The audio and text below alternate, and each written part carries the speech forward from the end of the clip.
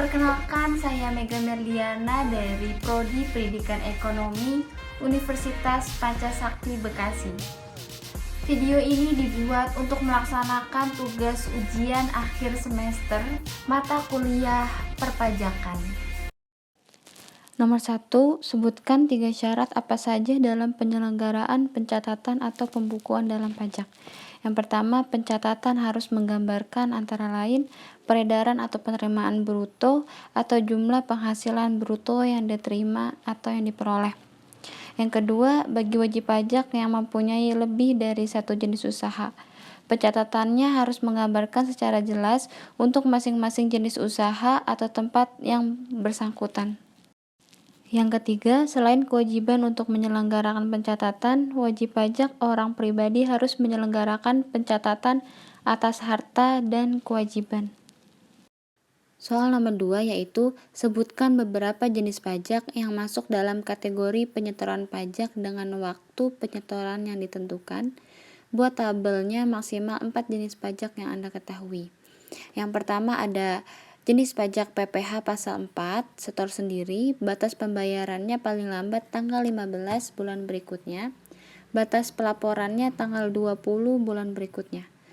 Yang kedua, PPN atas kegiatan membangun sendiri, batas pembayarannya paling lambat tanggal 15 sebulan berikutnya setelah masa pajak berakhir, batas pelaporannya akhir bulan berikutnya setelah masa pajak berakhir.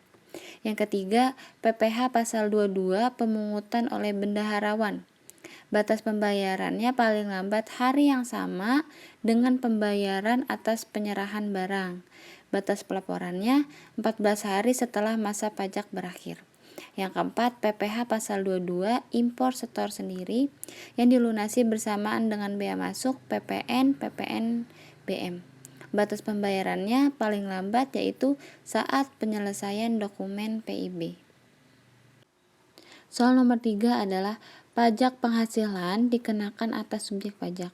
Sebutkan ada berapa subjek pajak yang dikenakan. Nah, adapun yang menjadi subjek pajak adalah orang pribadi, warisan yang terbagi sebagai satu kesatuan menggantikan yang berhak, badan dan bentuk usaha tetap atau BUT. Nah, pajak penghasilan dikenakan terhadap subjek pajak atas penghasilan yang diterima atau diperoleh selama tahun pajak. Soal nomor 4. Uraikan beberapa hal yang tidak termasuk dalam subjek pajak dan diperhitungkan pajaknya. Dalam pasal 3 ayat 1 Undang-Undang Pajak Penghasilan mengatur yang tidak termasuk subjek pajak sebagaimana dimaksud dalam pasal 2 adalah A. Kantor perwakilan negara asing. Yang B. Pejabat-pejabat perwakilan diplomatik dan konsulat atau pejabat-pejabat lain dari negara asing. Yang C.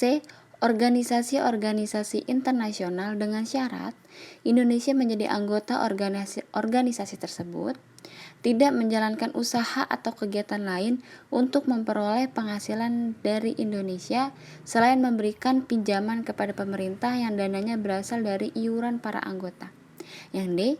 Pejabat-pejabat perwakilan organisasi internasional sebagaimana dimaksud pada bagian C dengan syarat bukan warga negara Indonesia dan tidak menjalankan usaha, kegiatan atau pekerjaan lain untuk memperoleh penghasilan dari Indonesia. Soal nomor 5. Sebutkan 6 jenis pajak yang tidak termasuk dalam pajak final PPh pada pasal 4 ayat 2. Objek pajak PPh tidak final yaitu pertama, penggantian atau imbalan berkenaan dengan pajak atau jasa yang diterima atau diperoleh.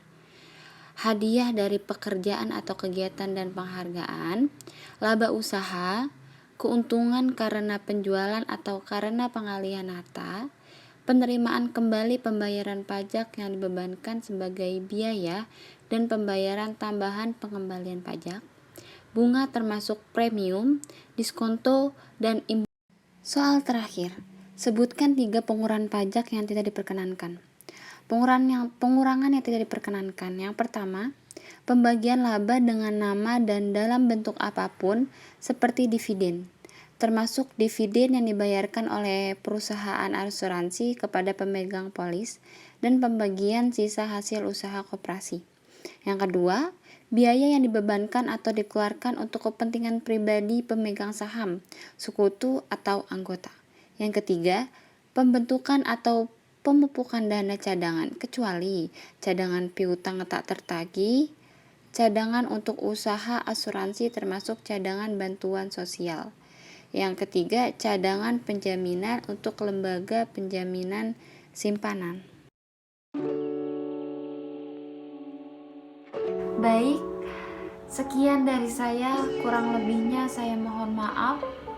Wassalamualaikum warahmatullahi wabarakatuh.